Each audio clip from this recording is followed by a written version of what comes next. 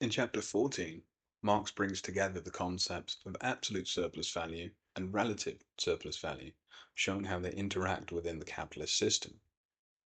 While absolute surplus value is generated by extending the working day, relative surplus value arises from increasing productivity through changes in the production process.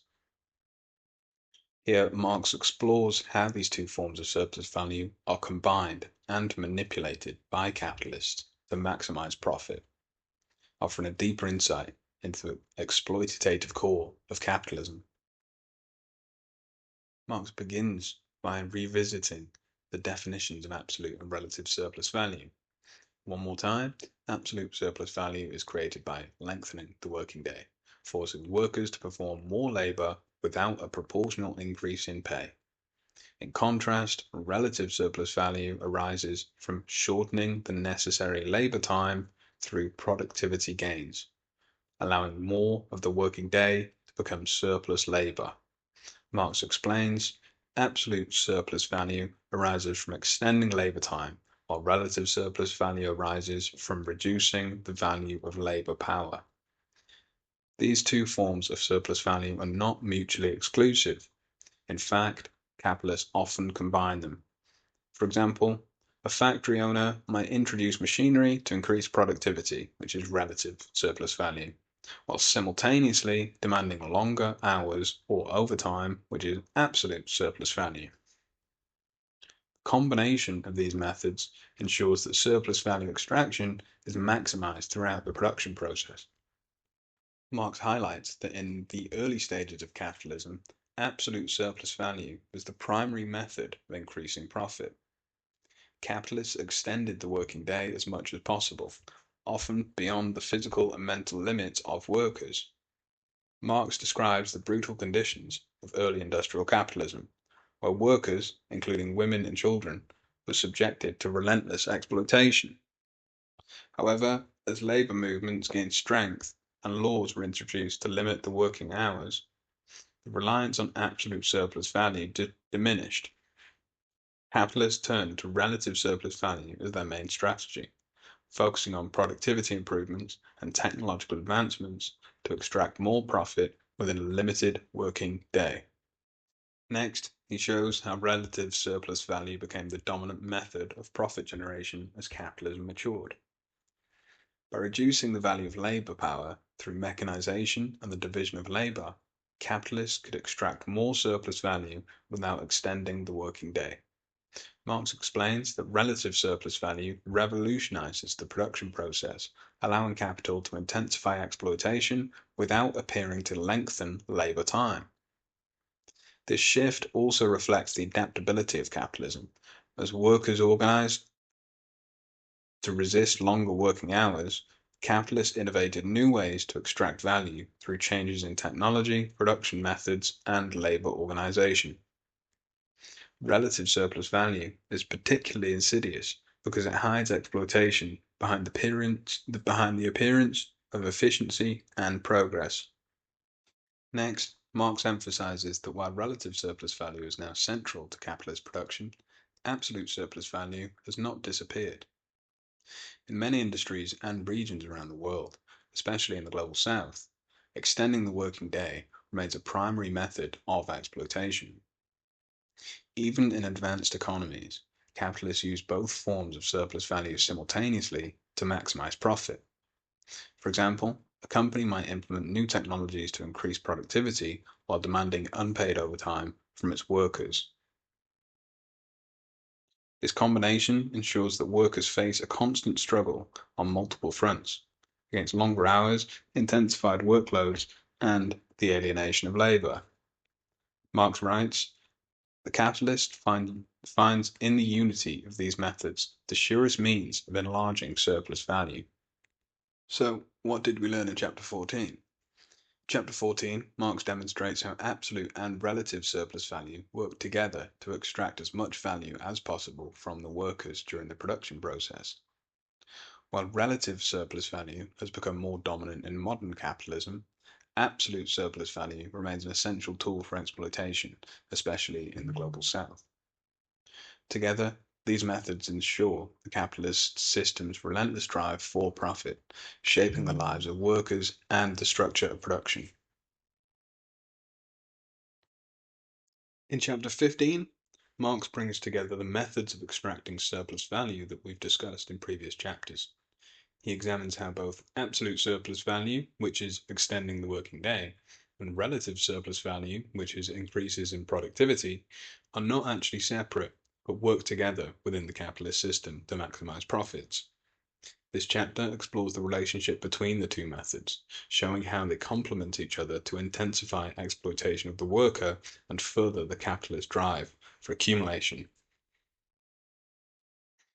Marx begins by reiterating that absolute surplus value is generated by extending the working day, forcing workers to work longer hours without a corresponding increase in wages. In contrast, relative surplus value is produced by increasing the productivity of labor, typically by introducing new technologies, better organization of work, or innovations in machinery. But Marx explains that these two forms of surplus value are not mutually exclusive, but are often combined in capitalist production. For example, a capitalist might extend the working day, which is absolute surplus value, while also introducing new machinery, which is relative surplus value. This is to make labor much more efficient. This combined strategy allows capitalists to extract even more surplus value from workers without significantly raising their wages. Marx writes that the extension of the working day and the development of machinery are two ways to increase the surplus value of capital. Capitalists use both methods to maximize profits, exploiting workers on multiple fronts. By combining both methods, capitalists have the flexibility to adjust to changing market conditions, intensifying exploitation whenever possible. Marx then looks at the historical development of these methods. In the early stages of capitalism, absolute surplus value was the dominant form of exploitation. Capitalists simply lengthened the working day as much as possible, often at the expense of workers' health, family life, and well-being. This was particularly true during the Industrial Revolution, when factory owners took advantage of weak labor laws to push workers to extreme lengths. However, as workers organized and won victories such as the 8-hour workday, capitalists shifted their focus to relative surplus value. The rise of machinery, technological advancements, and the organization of labor allowed capitalists to continue extracting surplus value without needing to increase working hours. Relative surplus value became more dominant as productivity improvements allowed capitalists to maintain or increase profits despite legal restrictions on labor time. Marx notes that this shift is indicative of capitalism's adaptability.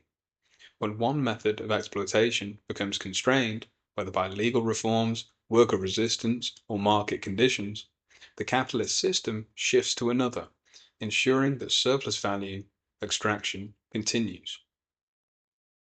The combination of absolute and relative surplus value deeply impacts workers. While absolute surplus value increases the length of the working day, relative surplus value intensifies the working day without physically extending it. Workers find themselves in an increasingly difficult position.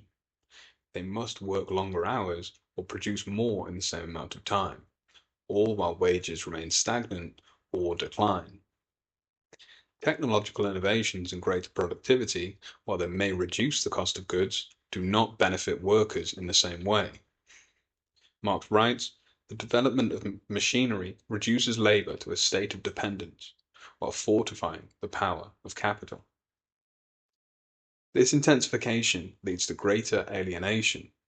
Workers no longer see the product of their labor as a result of their own effort. They are simply a part of a process controlled by capital. The division of labor and mechanization of production reduce their role to that of an appendage to the machine. Worker autonomy diminishes while capitalist profits rise. Marx concludes this section by emphasizing that both forms of surplus value are essential to understanding how capitalist exploitation functions. The interaction between absolute and relative surplus value is the driving force behind capital accumulation, where capitalists extract as much value as possible from labor while minimizing costs. Theoretically, Marx highlights that surplus value is at the core of the capitalist system, and its extraction defines the relations of production. While capitalists may tout technological progress as a benefit to society, it serves primarily to increase capitalist profits, not to improve the conditions or work life of the workers. Marx writes that the capitalist mode of production is not just about producing goods, it is about producing value through the exploitation of labor. In the next chapter, we'll turn to explore how capital accumulation works, looking at how surplus value is converted into more capital and fuels the expansion of the system.